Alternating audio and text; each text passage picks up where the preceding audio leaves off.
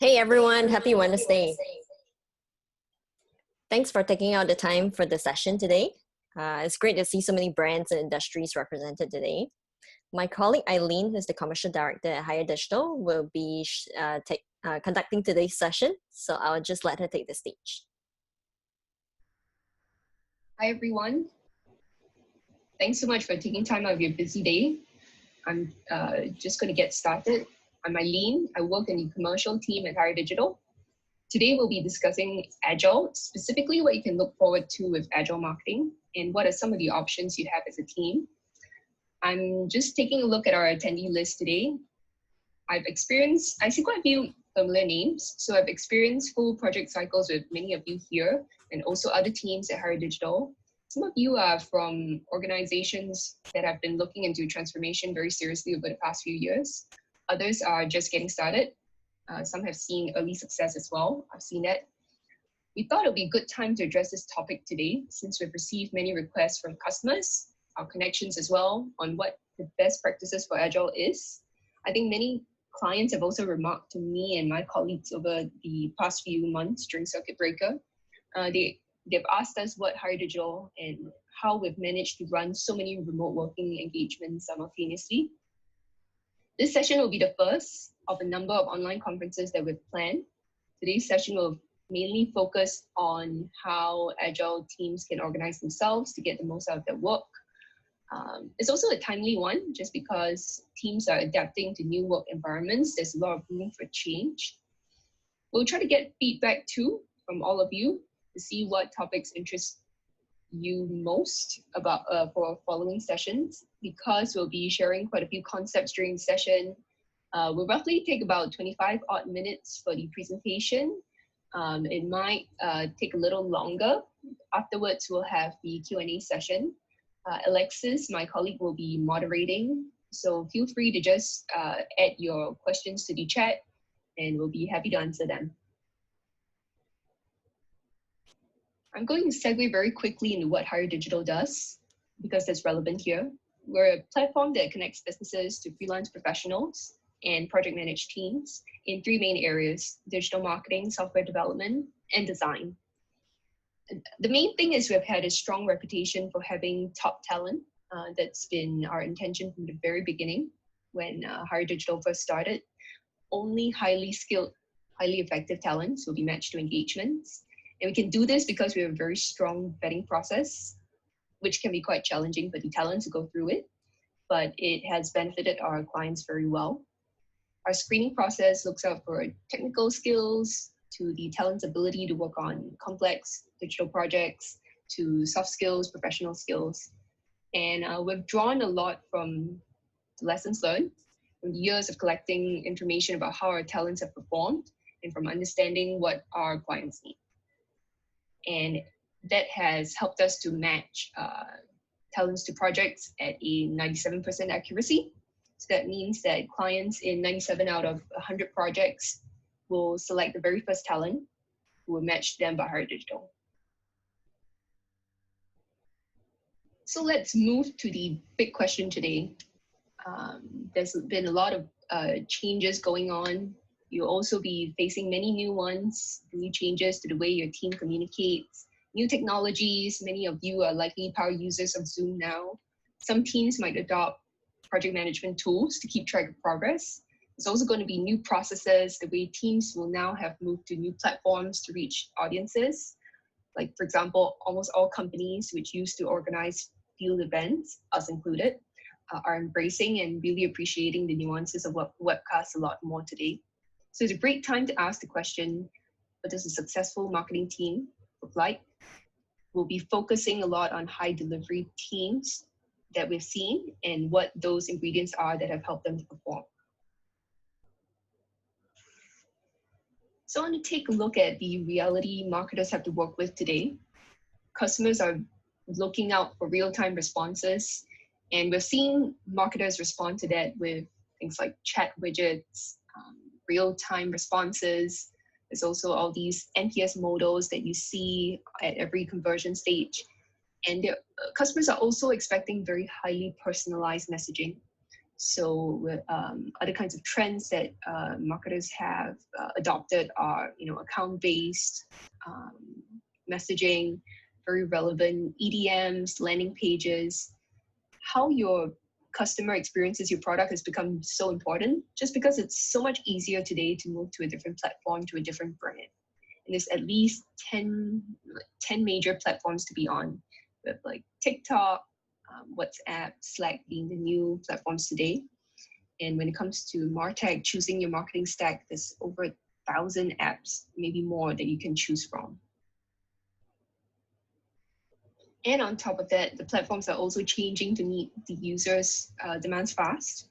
So for you, for those of you who are SEO marketers here, you can see that Google's updates comes out so regularly. People follow them, they follow their tweets to see what are the latest changes. And I've included one here which shows just in January alone, there were 2 big updates that marketers have to react to very quickly. So we've kind of summarized what the reality is like for marketers. And despite that, we can see that most teams run like this today. So something we've noted is many teams today in Singapore are top heavy. Most have multiple reports. Many work in silos and communicate vertically. So that makes collaboration difficult or unwieldy. And it's hard for marketers to react fast. For those of you who actually work with agencies or outside vendors, it can be a cumbersome process as well. And this is particularly true for marketing teams. There's the RFP process to receiving pitches, setting up. Then you have to, there's creative production to analytics to the final launch. Here, we can see there's a campaign launch process that took 3 weeks. How many of you would say your process looks a little like that? Or maybe, or longer? If we look at fast growth startups and how they choose to grow their teams, you can see that most of them actually grow their teams entirely in-house in their earlier stages. And while they work on a very different risk paradigm, it's quite clear that outsourcing, especially for marketing, is a big contributor to slowing down growth. So here's what we can outline. Consumers are making these split-second purchasing decisions, but teams and how they run feel like a relic from older times. What we think are the elements teams will need to succeed today, and we've cited this modern marketing model from McKinsey's research, there's actually 2 elements to today's marketing operation. And each one of these 2 breaks up into different elements that teams will need. One is capabilities. And this involves the whole value chain or work for marketing teams, from strategy to creation to distribution to analytics and optimization. Then we have the other, which is enablement. This involves how you work, who you work with, what technologies you leverage, how your team operates. So each one of these elements can be a topic of their own. The area that we're seeing a lot of conversations on today is on enablement, just because teams are being pulled away into new ways of working. Today, we will address the talent and agency management part, and this impacts the other elements of the marketing model. There's great teams who have done this very well over the past few years, both in B2B, B2C, that we can learn lessons from that we'll address shortly. The biggest change to the marketing's organizational design is that shift to Agile, which is what we'll address. And if you have any queries on these other topics for next session, the following sessions, do let us know in chat. We'll be happy to respond to questions. So I'll first touch briefly on the overall premise of Agile marketing. Many teams already have some features of Agile. Others have adapted it to their own needs. There is no one interpretation, but I just wanted to get us on the same page. So the very first one, we look at squads. That's a defining feature of Agile marketing. It's basically a small team with decision-making power. So teams can work at speed. They're usually organized around specific customer objectives so that the team is closely connected to the customer. So that's what main benefit of Agile marketing is, so that you can respond to the customer as fast as you can. The second thing is for teams to be cross-functional. That means that the squad should consist of talents who have the skills needed to execute their function. These team members would be able to communicate without any institutional silos. So, for example, I'll list a team that would be an example of what cross-functional is. You have a project manager, you have a data analyst, maybe an inbound marketer, content manager, and designer developer. So they would be in direct communication with one another to get things done. And there's no need to report upwards to managers who would then do monthly meetings with another manager of another function. And there's no need for heavy reporting or documentation. That makes correspondence and communication really fast. So this third one is a defining feature for Agile marketing in particular. It's that squads need to have supportive participation. So this usually comes support from departments such as legal, IT, finance, and all the marketing agency partners. The squad leaders usually invest time here at the beginning stages of the transition to Agile to work out what's the best working arrangements with these supporting teams. And usually one way of doing this in writing is to draw up service level agreements that outlines how the Agile team would work, how quickly they respond, how those supporting teams would follow up, and what value is going to be generated out of this transition, and how it's going to end up supporting the business overall goals. We'll look at the fourth big feature, and that's running tests. So the beauty of Agile is that it can validate very, very quickly whether a hypothesis works or not. And say, for example, if we have an example team at an issuing bank, okay, one hypothesis would be asking whether a discount, promotion, media campaign would result in more credit card signups. They can do that by conducting these 1 to 2 week sprint cycles to test these hypotheses. So fifth, KPIs. Squads will be given clear, measurable KPIs that's usually tied to revenue. So it may seem that this is no different from any other team, but the key feature for Agile teams is that there should be strong underlying tech and analytics apps to track performance and report accurate data. This is for accountability across the smallest of tests. And lastly, we have Scrum, right? I'm sure many of you have heard of Scrum. Each squad will have a designated Scrum Master. This person should have experience in Agile. They'll be the one setting priorities, defining test hypotheses, managing backlog, sorting out resources, and managing the sprints. This role is usually different from the product owner role. Product owner's focus is typically on the KPIs, the objectives, and the Scrum Master's focus will be to just oil that Scrum process and keep sprint going, keep everyone going. So I wanted to first touch on actionable tips, a few action items that teams can do today. And this is what we've found to work very well for some of our clients. The very first one I'd like to point out is user stories. This is the #1 way to tie all marketing initiatives back to the customer. It creates that discipline within your team, within squads.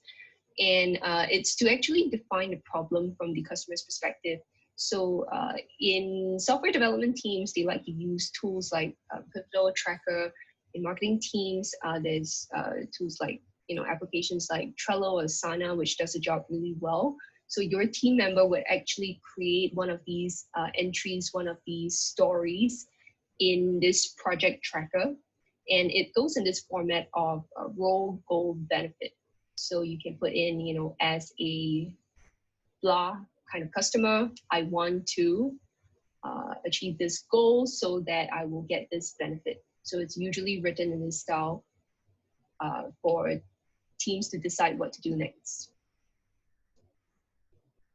The next thing that teams can do right away is conduct sprints. So we have addressed this earlier. It's basically a 1 to 2 week cycle to test a hypothesis. You can the main benefit here is it allows you to test one hypothesis at a time.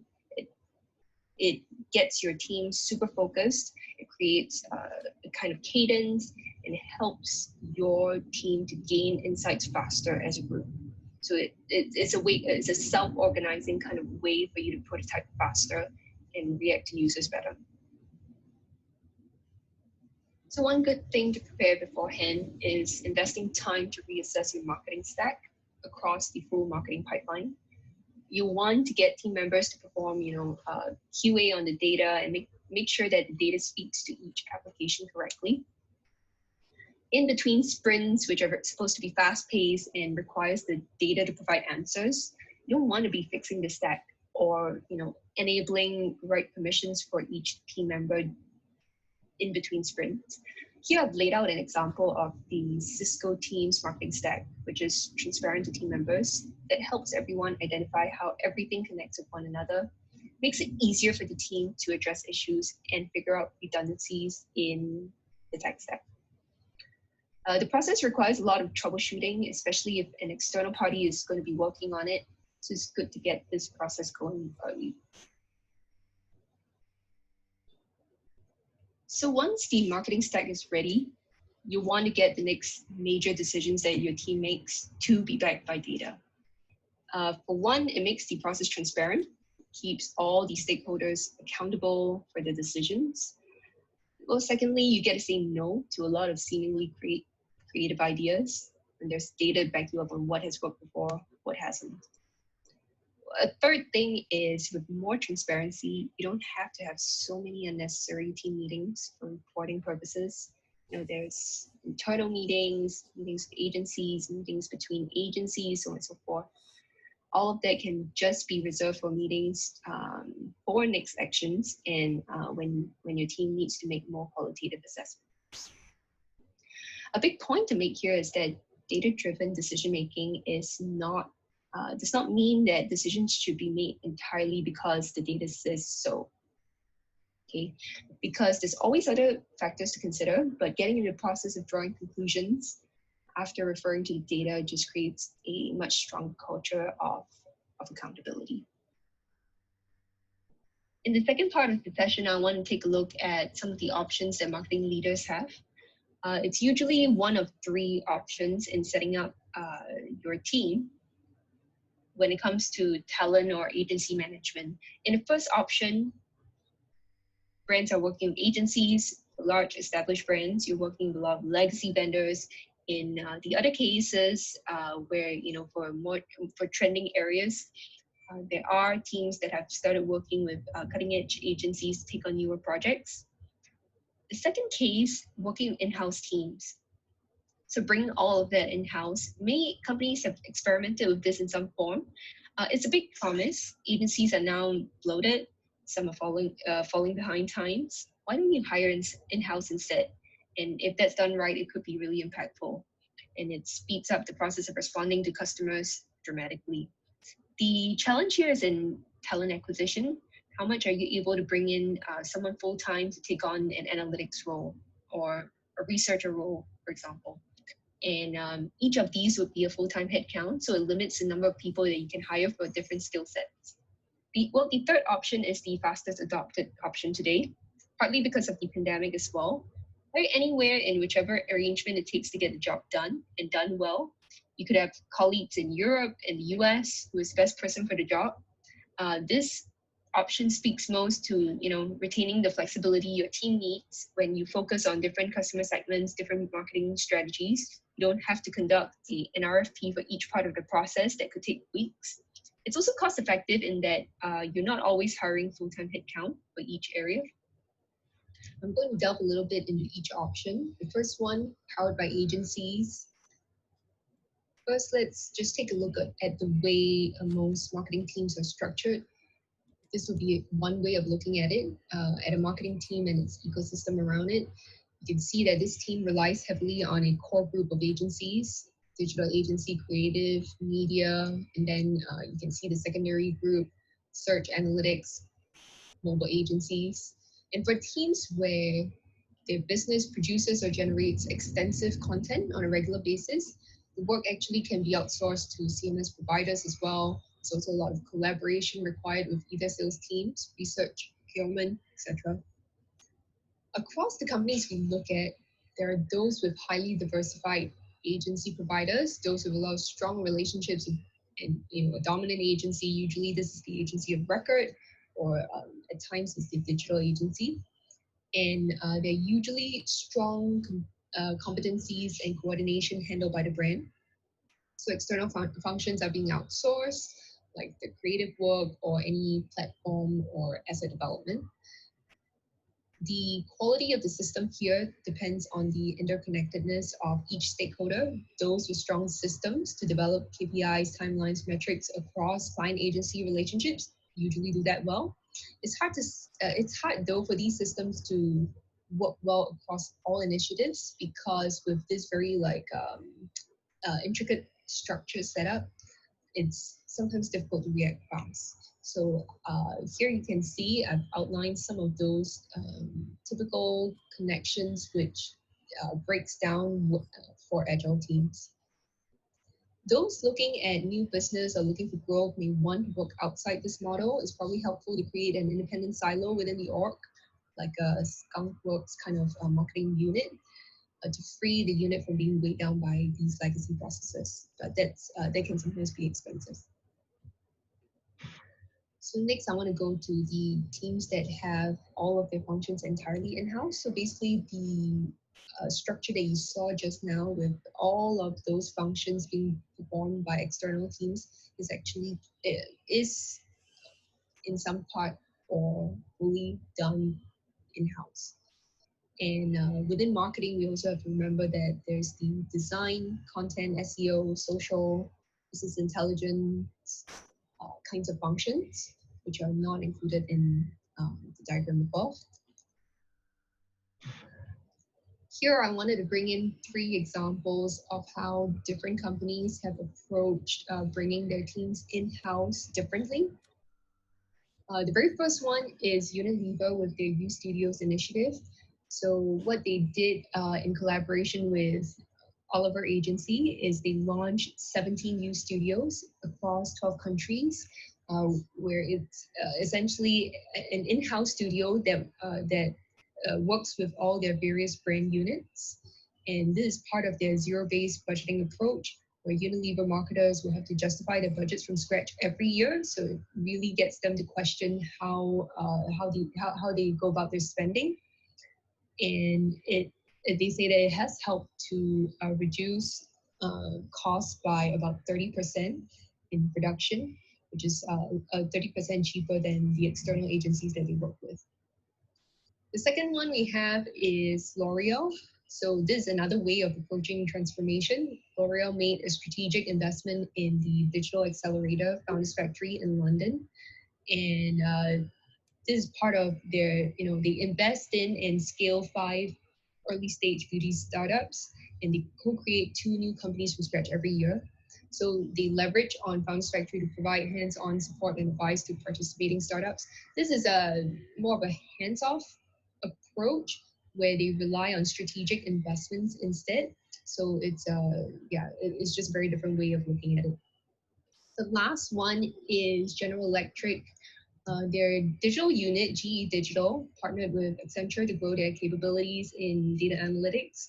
So they have an industrial IoT software platform called Predix, and this was part of their larger initiative to digitally transform Predix. Because Accenture is partnered with so many advertisers, there's a lot of work here to improve their integrations with ad tech and media buying partners. So these are the 3 examples. So third, we're going to take a look at distributed teams. The benefits of the third option is it takes the better of agency and in-house options. The number 1 attribute is teams are literally distributed. So you have team members working in different places. The big advantage here is it doesn't matter what arrangement you have with these team members, so long as work is getting done. You could be working with a consultant or a contractor or someone who is in a full-time arrangement with your company, one of your colleagues. It does require teams to know how to communicate in the right way to get the benefits. The way that distributed teams are set up, they get to employ synchronous versus asynchronous communication much better than the other setups, and that allows them to have much larger talent pools with more skill sets. And crucial to coordinating a team is the time it takes, which impacts everything from communication to collaboration, hiring to culture. It's harder for a distributed team to react quickly, but you can mitigate slower reaction times by building predictability everywhere in your organization. It's easy to get started. Here, I wanted to go back to the typical client agency setup, which we mentioned for option 1. How it differs here for distributed teams is it's a lot easier to employ Agile just because you can create your teams from scratch and set up individual squads depending on the initiative you have. You don't have to rely on the overall structure which has been set up for legacy cases. So in the construction of the team, distributed teams allow you to think about team composition from a skill perspective. So for example, you want to create a content marketing unit or content marketing squad. You can have the project owner double as the scrum master and the analytics person. You can work with an on-page SEO manager and a link builder in a full-time capacity, and then extend or have flexible arrangements with the content creators.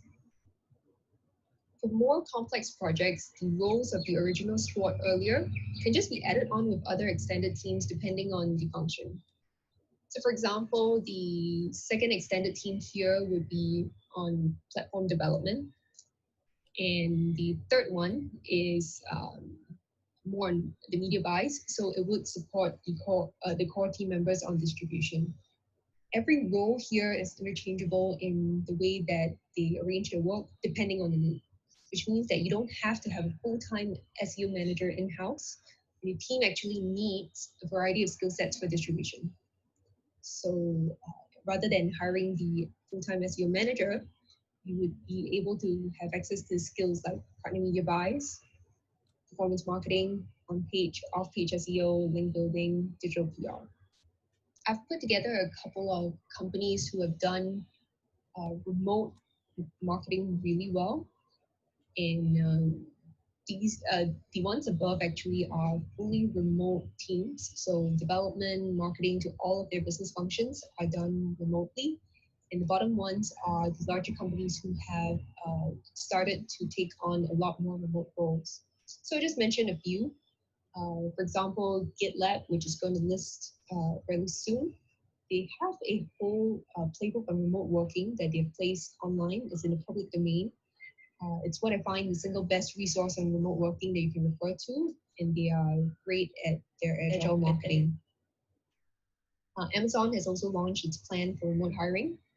Even as early as 2019, they've been looking for digital-related roles for remote, like technical and account management, front-end engineer, so on and so forth. Automatic actually is the maker of WordPress.com, and they have 25 employees located across 50 countries, and they're fully remote as well. We've touched on the 3 options and looked at their pros cons. There's a few factors here which will be the main ones weighing on managers' minds. A big one of that is, of course, cost.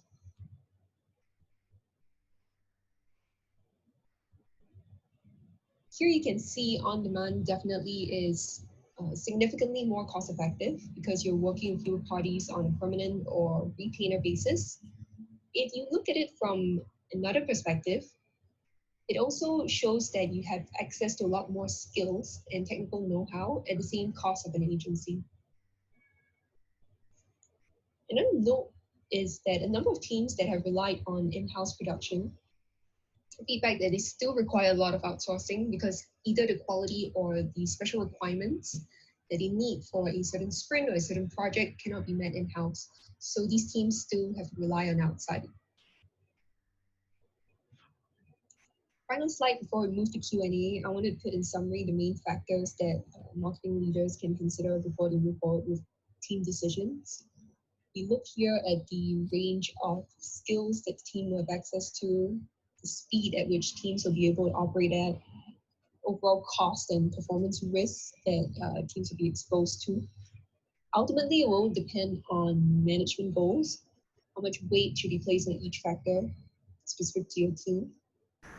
Final note here is that on-demand doesn't really de-risk more than the other options when it comes to recurrent projects. It works best for agile, highly iterative types of project environments. So going to Q&A, I'll end up with a quote I like very much from Unilever CEO to sum up the session. The constraint is not money in the brand and marketing line, it's the people to run the digital campaigns. Just thought that he's really emphasized how skill and know-how is very hard to access and worth considering very deeply what strategy to take in order to get hold of that.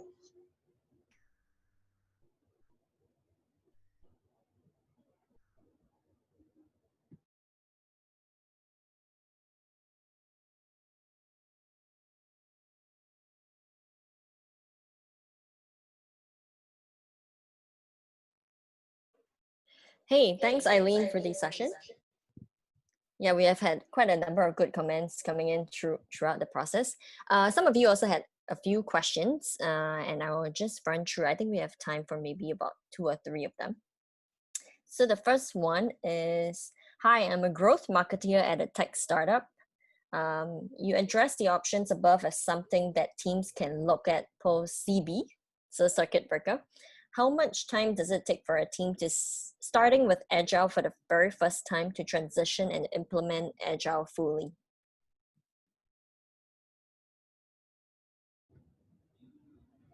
Okay, that's a good question that's hard to answer because it really depends on the amount of work you have to do with these partner or supporting functions.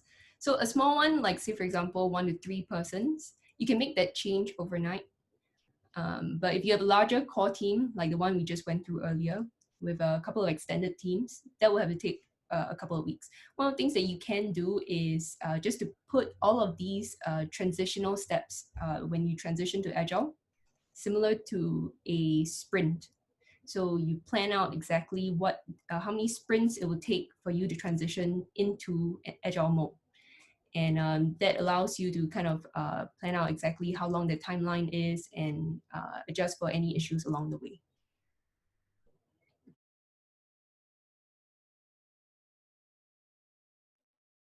Okay, great. Our next question is from Carolina. Her question is, it seems like Agile marketing is appropriate for remote teams and the remote work we have to perform during this time, but is it still necessary when we go back to the office?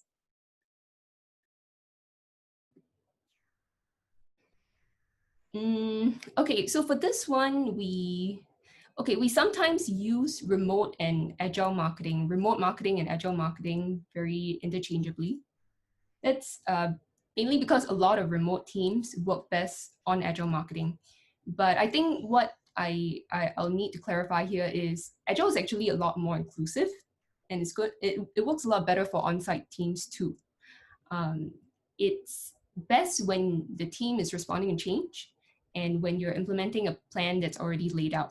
So as long as teams are given like clear briefs on what to do and there's strong processes and tools behind the team, it works great for execution matters. So I would recommend that teams adopt Agile on-site too. It also allows teams exposed to sudden changes, like say for example, if you're adding or losing a team member, or if you're looking at business continuity and 2 out of 5 days you have to work remotely. It helps, Agile marketing helps your team to move fast, right? For you to execute smoothly. When it comes to things like conceptualization or when you're planning, you're creating an overall multi-year campaign strategy, then nothing beats having the team group together in person meetings and then come up with a strategy. There's been a lot of ways that remote teams try to emulate this process, although I think none of it matches up to in-person meetings. But there are examples like, virtual get-togethers, water cooler sessions, a lot of these things they can do on project management tools and communication tools.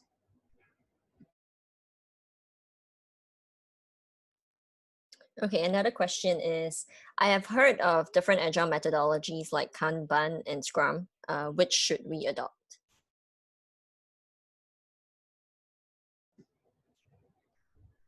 Okay, on this one, Scrum, we personally use Scrum. A lot of our clients also use Scrum. So Scrum is what we know best, and it seems like it's also one of the most popular. People like to follow the whole sprints and the roles of like project owner, Scrum master, so on. It's very easy to take on. The advantage is also that it constrains the work given to the team. So once your sprint begins, your team's kind of focused to executing in whatever you have laid out. Kanban, on the other hand, it has a lot less structure. So it uses like this column-based status, right, to indicate like which piece of work is actually, how much of it is done, how much is in progress.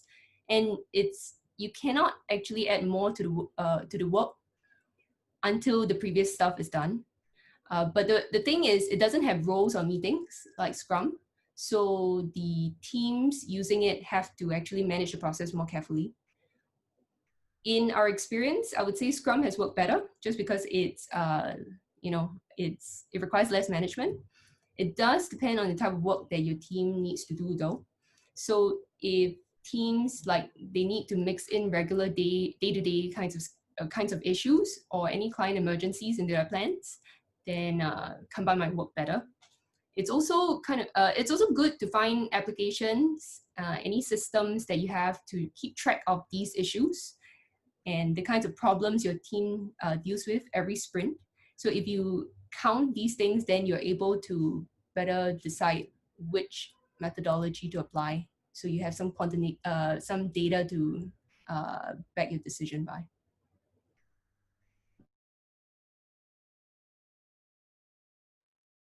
Okay, we have quite a number of more questions, but I think we are short on time. So we'll just take one last questions, and for the rest, we will try to address it after the session. Okay, this is from Sarah. Okay, I work in communications, and you mentioned that a big part of Agile is getting supporting functions to cooperate. My team relies heavily on reviews from compliance and legal, but they don't exactly get Agile. So what do we do when other departments don't buy into Agile?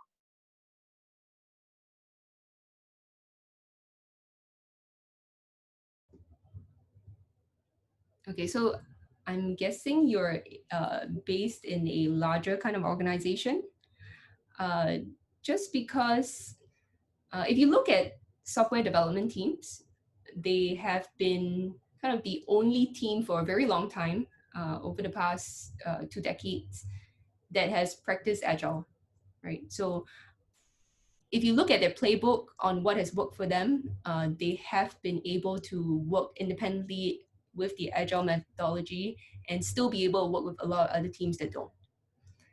So one of the things like in terms of management practices is you can, say for example, send regular email updates to the adjacent teams. And that helps to communicate, give them an idea of like what your team is working on with every sprint. It also helps if, say, if you're on site, right? I know most of you aren't right now, but if you're on site and you have a public area in the common office, for you to show key metrics, sprint items, and it helps to also get sprints running internally for a few weeks first, of course. And then when you're ready and your team is ready, you have buy-in from everyone to start communicating this to the other supporting teams. So, internally you have the momentum, all your internal hurdles are already cleared, and then you go ahead and tackle the outside ones. Another thing maybe to take note of is it also helps to measure your task completion at the point before it gets to other teams' reviews. So that way you are keeping track of your internal team's progress, and alongside that, total progress. So you know like how much of completions or how much of work getting done is being accomplished by your insight team and how much of that is the hurdles that you face externally. Then it helps you to also like weigh the urgency and importance of getting buy-in from supporting functions as well.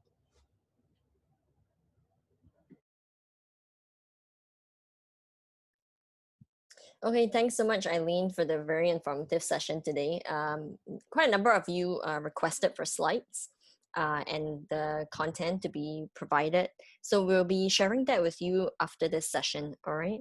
But meanwhile, thanks so much for taking the time out. We'll probably have several more sessions shortly, so stay tuned on that. Thank you.